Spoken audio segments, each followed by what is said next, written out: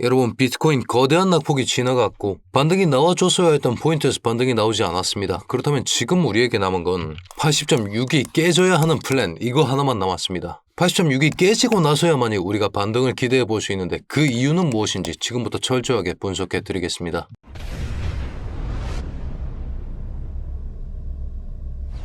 반갑습니다. 현명하게 매매하자 코인인사이트의 현우 트레이더 인사드립니다. 거대한 낙폭이 아직까지 진행 중입니다. 저 또한 지속적으로 오름숏을 말씀드리면서 비트코인 하락장의 초입이다 라는 관점 가지고 있었는데 사실은 이런 식의 낙폭을 기대한 것은 아니었다라는 말씀드리고 있는 것이죠. 기존까지 제 논리는 명확했습니다. 날봉상에서 이미 SR 플립이 일어난 11월 21일과 12월 18일 이 저항선 돌파해주지 못한다면 상승을 볼 수가 없다. 그렇기 때문에 오름숏으로 간주하고 12월 1일과 12월 18일 86K 선에서 반등해줄 가능성이 있다. 그렇기 때문에 이런 구간 내에서는 오름숏을 지켜보면서 이런 자리 인근에서 익절을 해야 된다고 말씀드렸습니다. 그런 관점들과 함께 저도 어제 숏포지션 2번의 익절을 진행했는데 사실상 마지막 바닥이라고 생각했던 83.4K 선에서도 반등에 실패하는 이런 식의 모습이 나와버림으로 인해서 지금 시점에 우리가 반등을 위해서 필요한 건 반드시 80.6을 깨주는 것밖에 없다라고 말씀드리고 있는 것이죠. 자, 같이 한번 살펴보겠습니다.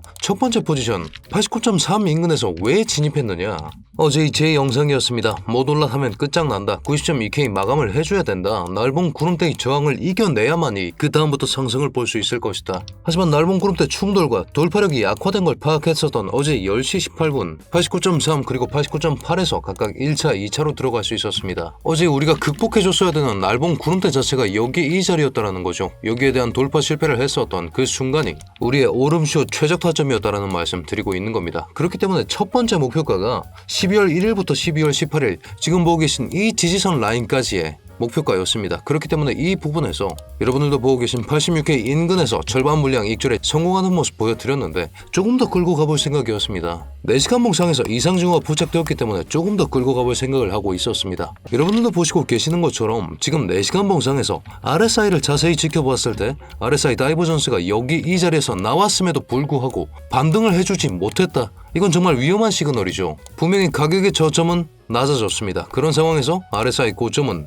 이런 식으로 올라가는 모습을 보여줬다라는 거죠. 보시기 편하게끔 노란 선으로 진하게 한번 표시해 보겠습니다. 분명히 가격의 저점은 내려가는, 그리고 RSI의 저점은 올라가는, RSI의 저점은 올라가는 이런 식의 강세 다이버전스가 출현했음에도 86K 선까지 추락분이 나왔던 걸 기반으로 삼아서 추가적인 낙폭의 가능성을 보았고 3중의 다이버전스까지 나와줬죠. 한 번 더 RSI의 저점은 높아졌는데 가격의 저점은 낮아지는 이런 식의 형국이 발생함에 따라서 이제는 찐반등이다. 여기서부터는 이제 롱 잡을 생각을 해야 된다. 숏을 유지할 수 없다라는 생각과 함께 이 포인트에서 최종적으로 익절을 진행했습니다. 83.4 인근에서 이런 식으로 최종 익절이 나간 모습인데 여기서부터는 사실은 반등이 나와줬어야 된다라는 거죠. 3중의 다이버전스가 나왔음에도 불구하고 추가적인 낙폭이 나온다라는 것은 4시간 다이버전스, 분명히 힘이 강한 이 다이버전스로도 추세를 변곡시키기 어려운 매크로 이슈가 있다. 자, 그럼 그 매크로 이슈는 뭐였느냐? 뭐가 이렇게 거대한 낙폭을 가져왔느냐?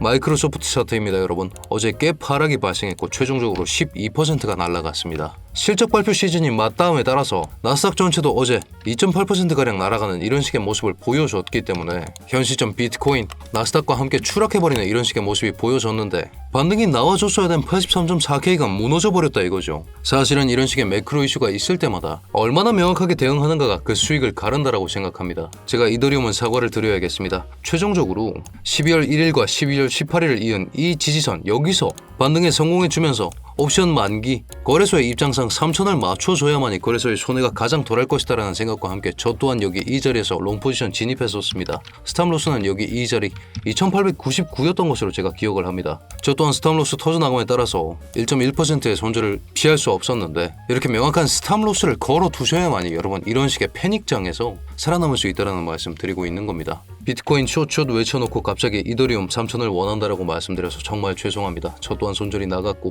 그 부분 맨징하기 위해서 최선을 다해서 새벽까지 대응해드리다 들어오는 길인데 지금 비트코인 장세 자체가 80.6이 깨져나가야만이 반등이 나올 수밖에 없다라고 말씀드리고 있는 것이죠. 자, 그렇다면 지금 그 이유들에 대해서 자세히 살펴보겠습니다. 여러분, 우리가 기존까지 핵심적으로 활용해오던 지지선들은 모조리 깨져나가는 이런 식의 형국이 나왔습니다. 11월 21일과 12월 18일 이 지지선은 이미 박살이 났고 그 다음 다음이 12월 1일과 12월 18일 이 둘 다 깨져나가 버렸으면 그렇다면 우리는 이제부터는 실상 지나간 시즌에서 여기 쌓여있는 이 매물대 3번의 저점을 낮춰주면서 세력의 평단을 형성하고 물량을 수집했던 이 매물대 기반으로 판단을 해야 되는데, 그렇기 때문에 한 가지 핵심 저점 구간을 잡아보면 지난 4월 7일 맥시멈 저점과 11월 21일 이 두 가지 저점을 이어준 여기 이 자리에서 1시간 봉상 약반등을 보여주다가도 다시 한번 추락분이 나오고 있다.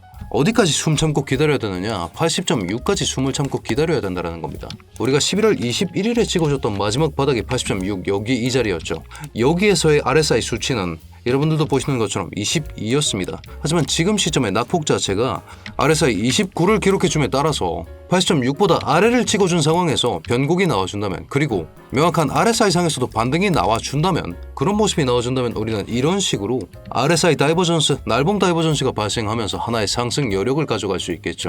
아직까지 패닉이 진정되지 않은 상황에서 나오고 있는 이런 식의 반등, 82K선을 지켜내기 위한 이 움직임이 사실은 무가치하고 믿을 수 없다는 말씀 드리고 있는 겁니다. 왜? 기존의 4시간 봉상에서 가장 확실한 자리였던 여기 이 자리가 깨져나갔기 때문에. 그런 상황에서 오늘 오전 중에 최종적으로 브리핑 드렸던 내용처럼 82K 부근, 80K 부근, 78K 부근 이 세 포인트 중에서 각각 반등의 근거들이 다 확실한 자리였죠. 80K는 날봉 다이버전스, 82K는 4시간 3중 다이버전스, 78K는 지나간 핵심 저점 여기 이 자리, 이 세 포인트를 기반으로 지금부터 반등을 관측해야 되는 때라고 말씀드리고 있는 겁니다. 아니 현우야, 마이크로소프트 하나 빠졌다고 우리가 80.6까지 기다려야 되느냐? 마이크로소프트만의 문제는 또 아니라는 거죠 여러분.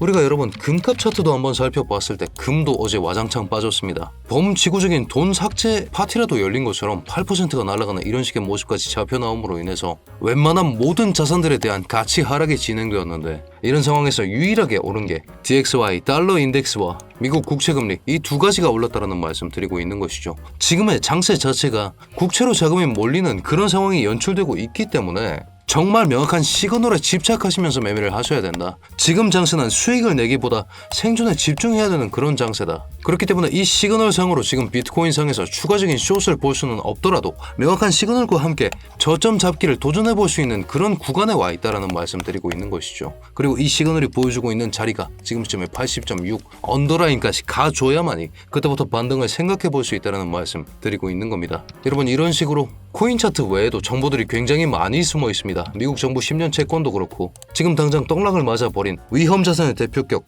S&P 500 선물 차트 또한 아직까지 위험 시그널을 보내고 있는데, 이런 식으로 매크로 이슈와 지금 자금의 상황들 전체적으로 파악해서 저희 코인 인사이트에서 알려드리고 있으니까요. 이런 식의 자세한 차트 분석과 시황들 저희가 최대한 매일 업로드하려고 노력하고 있으니까 여러분들 구독 하나만 남겨주셔서 저희 채널 알고리즘에 넣어두시고 이런 식의 정보들 매일 하나씩 꼭 받아가시길 바라겠습니다. 자, 그렇다면 논리 이어나가 보겠습니다. 지금 핵심적인 저점권들은 모조리 뚫려버린 상태고 가장 가까운 반등 가능 구간이 날봉상에서의 다이버전스 출현과 함께 80.6K 언더라인에서 반등을 관측하고 들어가도 늦지 않다는 말씀 드리고 있는 것이죠. 왜 그럴까요? 여기까지 차트가 빠져버리면 이미 저점은 한번 낮아진 상태에서 RSI가 여기서 빠져봐야 23라인까지 내려올 수는 없습니다. 그런 상황이 된다면 정말 명확한 강세 다이버전스가 출현해주면서 그때부터 확고한 반등을 노려볼 수 있는 것이죠. 하지만 여러분, 반드시 상기하셔야 될 게 다이버전스의 출현이 나왔다고 해서 그것을 상승 변곡으로 간주해서는 안 된다는 겁니다. 이건 부재료일 뿐이지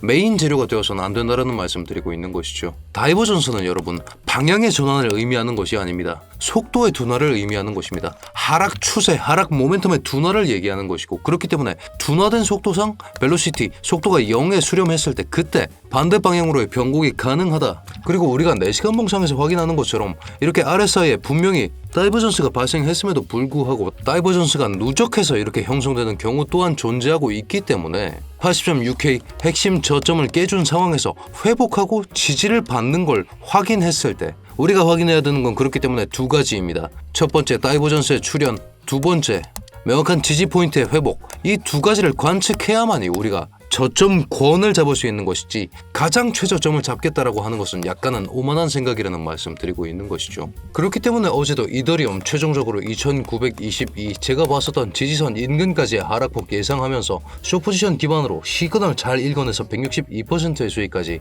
만들 수 있었는데, 시장 구조 자체가 하락 추세 파동이 진행 중이었고 추세 자체는 하방위가 명확한 장세 상에서 옵션 만기라는 이슈 기반 변곡이 발생할 것으로 보았습니다만 더 강력한 이슈가 이 변곡을 무효화시키고 덮어버리는 이런 식의 장세가 등장을 해버렸다. 시나리오는 틀릴 수 있습니다. 예측은 틀릴 수 있더라도 틀렸을 때 목숨은 적어도 생겨나올 수 있는 그런 수준의 기준들을 기반으로 매매해야 예측이 빗나가더라도 8%의 손절만 하면서 빠져나올 수 있다는 말씀 드리고 있는 겁니다. 이런 식의 기준과 시그널들 오늘 오전에도 명확한 차트 브리핑 해드리면서 16% 한 건, 21% 한 건 더 마감해 드릴 수 있었는데 여러분도 보시는 것처럼 이런 핵심적인 자리들이 있습니다. 이런 자리에 대한 명확한 관측과 시그널 파악 이 두 가지를 기반으로 마찬가지로 이렇게 명확한 기준과 함께한 스탑 로스를 기반으로 매매를 했었기 때문에 이럴 때 적게 읽고 가져갈 때 크게 가져갈 수 있는 매매가 가능하다는 말씀 드리고 있는 것이죠. 이런 식으로 제가 보고 있는 시그널들과 괄목해야 되는 이슈들 제가 파악될 때마다 제 브리핑 룸에 실시간으로 업로드해드리고 있는데 저희 코인인사이트 구독자분들 이 브리핑 실시간으로 받아보실 수 있게끔 제가 고정 댓글에 링크 하나 남겨뒀습니다. 여기 클릭하시면 바로 진입하실 수 있게끔 조치해뒀으니까요. 다만 여러분 제가 구독을 말씀드렸던 것이 저희 입장료 구독 하나면 충분하기 때문입니다. 그렇기 때문에 아직까지 구독, 좋아요 눌러주지 않으셨다면 지금 한 번씩만 부탁드리면서 제가 브리핑 드리는 실시간 시장 이슈와 실시간 차트 상황들 이 브리핑 기반으로 이번 장에서 살아남으셔야 된다고 말씀드리고 있는 것이죠. 제 매매 근거 이렇게 브리핑 드리면서 제가 들어간 자리에서 어떤 근거로 진입했는지 그 근거들 작성해 드리면서 매매 진행하고 있으니까요. 천천히 살펴보시다가 이런 식의 근거들 납득이 된다, 마음에 든다라고 생각이 드셨을 때 구경만 해보시다가 그때 소량 포지션 기반으로 테스트해보시는 전략 또한 유효하다는 말씀 드리고 있는 것이죠. 당장 대세적인 흐름 또한 하락이고 달러 인덱스도 아직 정상화되지 않았으며 미국 국채 금리가 너무나도 오름에 따라서 지금 시즌 종료에 가까운 암울한 상황이라고 말씀드리고 있지만서도 80.6 언더 구간에서 78 오버에서 날봉상 다이버전스를 내주면서 반등해 준다면 그 구간을 우리는 기회 구간으로 삼을 수 있다는 말씀까지 드릴 수 있겠습니다. 그렇기 때문에 오늘 브리핑을 요약해 보자면 마이크로소프트 실적 발표로 인해서 AI 거품론과 나스닥 시작 충격이 가해졌습니다. 나스닥뿐만 아니라 금값 또한 모두 수직적인 하락을 보여줬는데 이 대부분의 유동성이 미 국채로 흡수되는 움직임이 보여졌습니다. 그런 상황에서 비트코인은 4시간 봉상에서 반등이 나와줬어야 될 83.4 이 구간 내에서 3중의 다이버전스가 출현했음에도 불구하고 반등에 실패했습니다. 하락지속으로 간주해야 합니다. 자, 그렇다면 우리가 어떤 부분을 기대해 볼 수 있는가? 날봉 다이버전스를 기대해 봐야 됩니다. 78K가 밀려나지 않는 선에서 RSI 23을 하회하지 않는 경우에 반등으로 간주해야 되고 지금 자리는 반등이 나와도 그 반등 폭이 애매할 것이다. 명확한 시그널이 없다. 지지를 딛고 일어나는 자리 또한 아니다. 라는 관점 드릴 수 있겠습니다. 방금의 움직임으로 인해서 우리가 11월 21일에 형성되었던 오더 블록의 하단선까지 침범이 들어간 모습이기 때문에 지금 지나간 4월의 저점과 11월 21일의 저점을 이은 이 선 기반의 반등분이 나와주고는 있지만서도 이 반등 움직임을 믿을 수가 없다. 왜? 오더블록에 대한 무력화가 진행되었고 4시간봉 3중 다이버전스 또한 무력화가 되었기 때문이다. 하락에 대비하시고 지금 이 자리에 도착한 만큼 이 자리는 굉장히 보수적으로 대하시면서 80.6K 언더 구간에서 반등 여부를 잘 살펴보시는 것이 오늘의 생존 전략이라고 말씀드리고 있는 것이죠. 그렇기 때문에 지금부터 가져갈 수 있는 전략은 딱 한 가지입니다. 80.6을 하회하면서 날봉 다이버전스가 나오는 상황. 이 부분은 3중의 조건이 필요합니다. 78K 선이 밀려나지 않는 선에서 반등에 성공해주는 이런 식의 모습이 나와줘야 되는 상황. 두 번째로 RSI가 22.7 우리가 11월 21일에 찍었던 이 RSI 수치가 22.7이었습니다. 이보다는 높아져야만이 RSI는 높아지는데 가격의 저점은 내려간 이런 식의 모습이 나와주면서 우리가 바라는 강세 다이버전스 패턴의 성립으로 간주할 수 있는 것이죠. 그런 상황에서 80.6을 회복해주기 전까지는 찐반등으로 간주하기 어렵기 때문에 이 세 가지 포인트 3중 조건 체결 여부 잘 살펴보시다가 이 세 가지 조건이 체결되는 경우에 그때 소량 포지션으로 저울 레버리지 기반 롱 포지션 진입이 가능하시겠다는 말씀 드릴 수 있겠습니다. 지금은 숏을 치기에도 너무 위험한 장이고 롱을 보기 위해서 명확한 트리거가 필요한 장이라는 점 강조드리면서 오늘 장세는 그 무엇보다 대응이 가른다는 점 반드시 상기하셔야 됩니다. 자, 이런 식의 분석 영상들 여러분들 마음에 드셨다면 이렇게 굿 한 글자만 남겨주셔도 저에게 정말 큰 도움이 되니까요. 오늘 기억하셔야 될 인사이트는 DXY 달러 인덱스의 진정 여부를 잘 살펴보셔야 된다. 이거 하나. 그리고 80.6이 깨져야만이 찐반등이 나온다. 이거 둘. 이 두 가지 인사이트 꼭 챙겨가신 채로 오늘도 성투하는 좋은 하루 되시길 바라겠습니다.